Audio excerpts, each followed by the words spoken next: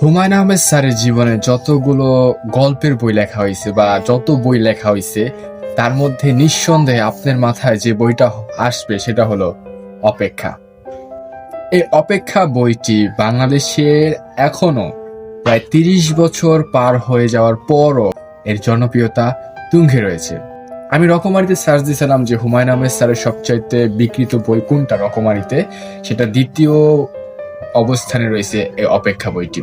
অপেক্ষা বইটা আমি বড় বড় লেখকদের কাছেও রেকমেন্ডেশন পাইছি যে অপেক্ষা অপেক্ষা বইটা, এটা সম্ভবত হুমায়ুন আহমেদ স্যারের আমার দ্বিতীয় পড়া একটা বই। প্রথম একটা বই পড়ছিলাম কয়েক বছর আগে, আমার মনে নেই, ওটা রিভিউ দিইনি, তখন আমার ইউটিউব চ্যানেল ছিল না।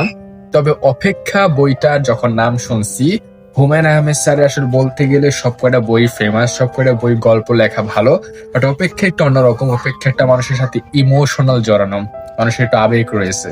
এবং অপেক্ষা কখনো শেষ হয় না। হুমায়ুন আহমেদ স্যারের যার জন্য আসলে এই বই অপেক্ষা ছিল, সে অপেক্ষা সে ভাঙে নাই, সে অপেক্ষাটা অপেক্ষাই রয়ে গেছে। খুব ইন্টারেস্টিং একটা বই। বইয়ের মধ্যে কিছু ইমোশনাল জড়িত এবং বেশ কিছু জিনিস আমি বইয়ের মধ্যে পার্সোনালি ভাবে শিখতে পারছি। সে বিষয়গুলো আমি আপনাদেরকে সব শেষে শেয়ার করব।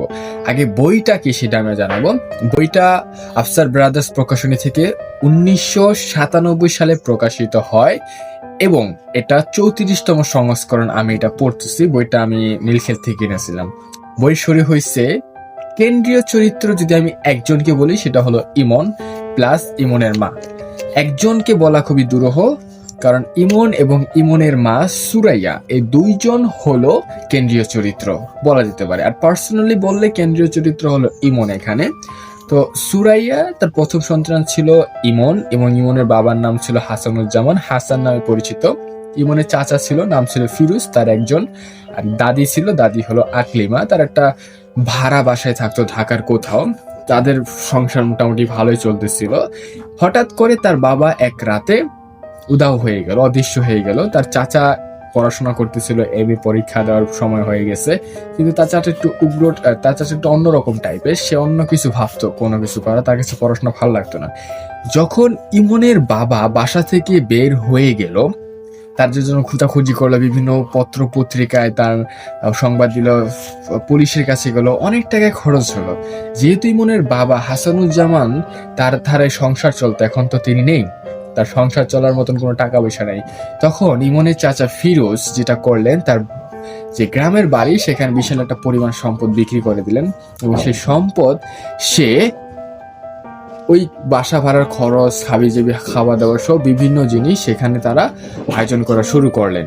এবং এখানে একটা বিষয় ঘটে, তার তখনই ইমনের আরেকটা বোন, ছোট একটা বোন হয়, বোনের নাম হলো সুপ্রভা। দেখতে খুবই মিষ্টি, ছবি অনেক কিছু অনেক সুন্দর দেখা যায়। কিন্তু ইমনের মা সুরাইয়া দিনে দিনে অনেক নিঃসন্নিত হয়ে যায়, অনেক চিন্তায় পড়ে যায়, একজন অন্যমনস্ক অবস্থা হয়ে যায়। হাসানুজ্জামান তার স্বামী যখন আর বাসায় ফিরে না, অনেক হয়ে গেছে, 1 মাস 2 মাস, কয়েক বছর পার হয়ে গেছে, তার খোঁজ খবর নাই।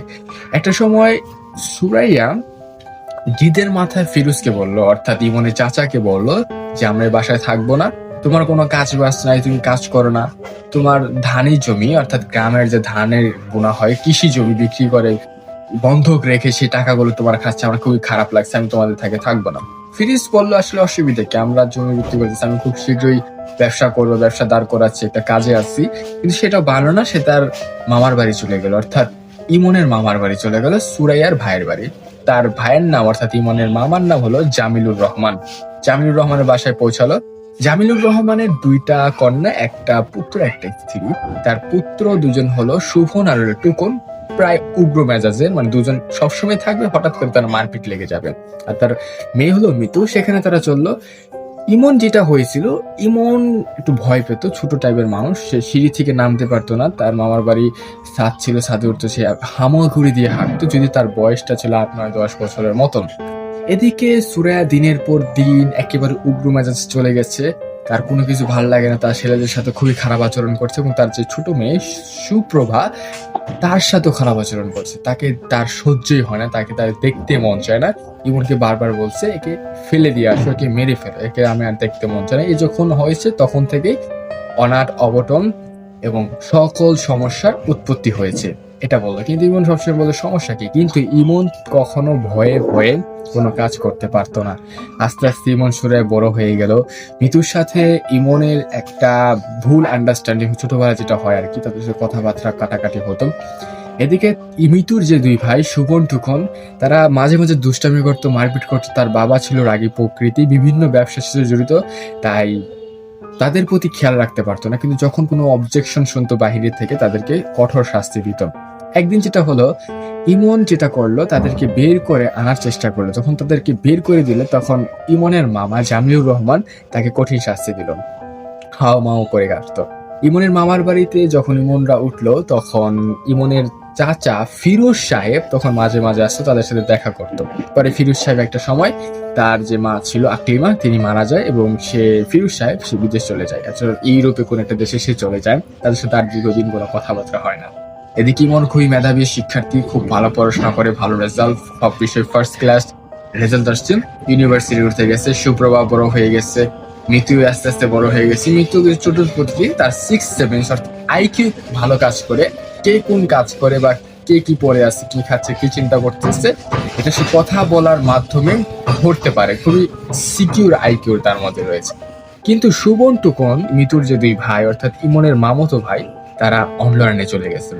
তাদেরকে এত পরিমাণে উগ্র হয়ে গেছিল, তার বাবা তাদেরকে বাড়ি থেকে বের করে দিয়েছেন। তারা রাতে মাঝে মাঝে আসতো ইমনের সাথে বাস করতে, ইমন থেকে বসবাস করতে, এবং মাঝে মাঝে কিছু খাবার দাবার খেত, রাতে চলে যেতেন। কিন্তু আস্তে আস্তে তারা, সুবন এবং টুকুন, খারাপ লাইনে চলে যায়। এবং এরকম খারাপ লাইনে চলে যায়, এক প্রকার তারা সন্ত্রাস হয়ে যায় এবং বিভিন্ন মাদকাসক্তির সাথে তারা জড়িয়ে পড়ে। বহুত দিন হয়ে গেলে সুবন টুকুনের সাথে কথা নেই। এদিকে ইমন ইউনিভার্সিটি যাচ্ছে, পড়াশোনা করছে। একদিন যেটা হলো, সুরাইয়া সুপ্রভা অর্থাৎ ইমনের ছোট বোন, পড়াশোনা একটু কাঁচা ছিল, বিভিন্ন বিষয় ফেল করতো, প্রায় বকাঝকা সহ্য হতো।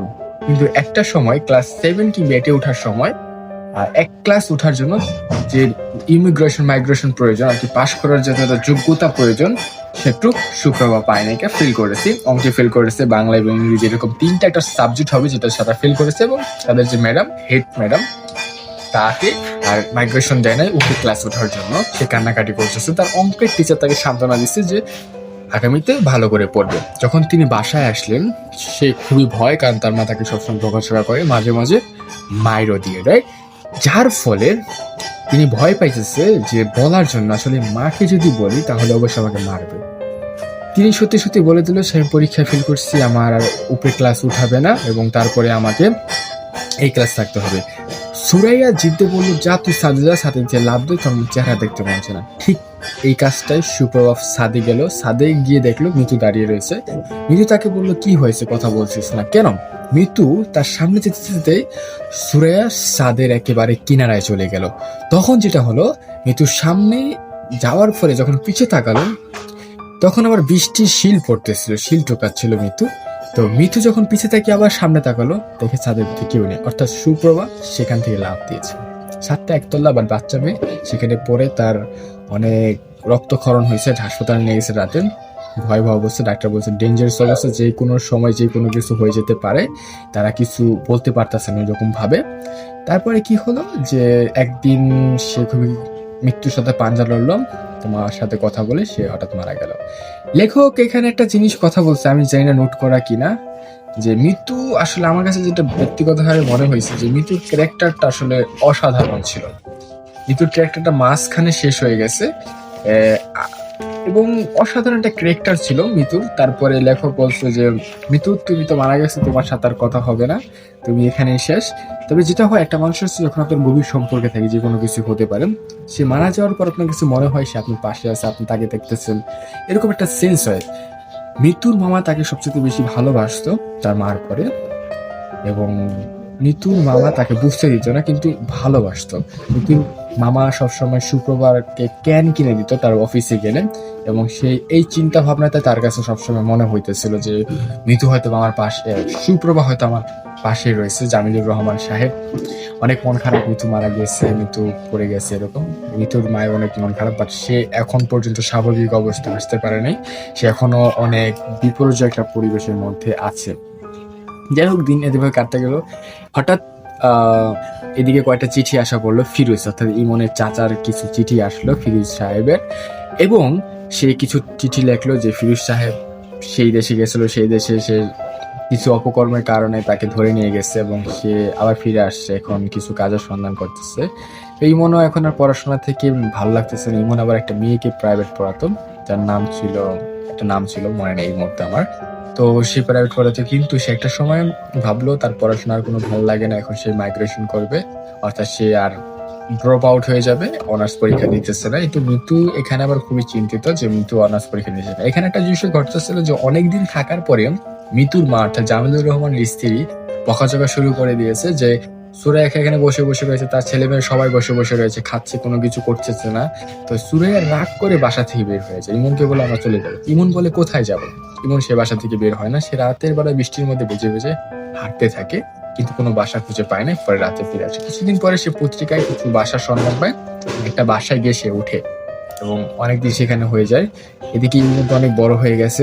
এখন ইমন যদি মা কোনো কথা বলে ইমনকে, ইমন এটা প্রতি উত্তর দিয়ে দেন এবং তার মা এখন উল্টা ভয় পায়। মায়ের মনে করতেছে আমি মাঝে মাঝে ভয় পাইতেছি ইমনের কথা শুনে, এবং ইমন এটা ভাবতেছে যে আমিও হয়তোবা ইমন, যে আমি অনেক বড় হয়েছি, মার সাথে বিয়ে করতেছি, কিন্তু ইমন সবকিছু থেকে হারিয়ে গেছে। কারণ ইমন তার বাবা যে মারা গেছে সেটা বিশ্বাস করতেছে না। যখনই ইমনের সাথে তার মার কথা হয় তখনই বলে যে তার মা তার বাবার কথা উঠায়। তার ইমন এটা শুনতে শুনতে খুবই বিরক্ত, কিন্তু তাদের অবস্থা খুব একটা ভালো না, টাকা পয়সার প্রয়োজন। বলতেছে যে টাকা তার বাবার অ্যাকাউন্ট সে চেক করেছে, সেখানে 5-6 লাখ টাকার মতন রয়েছে, যদি আনতে হয় তার বাবাকে মৃত বলে সনদপত্র লিখতে হবে। কিন্তু ইমন সেটা করবে না, বা ইমনের মা সেটা করতে চাচ্ছে না, যে মৃত বলে তার চাচা ফিরোজ সাহেব এটা করতে চাইতেছিল না। এভাবে দিন কাটতেছে কাটতেছে কাটতেছে একটা সময় তার যে সুমন এবং টুকন, দুই ভাইয়ের মধ্যে এক ভাই একটা হত্যা মামলায় ধরা পড়ে যায় এবং তাকে আসামি করে নিয়ে যাওয়া হয়।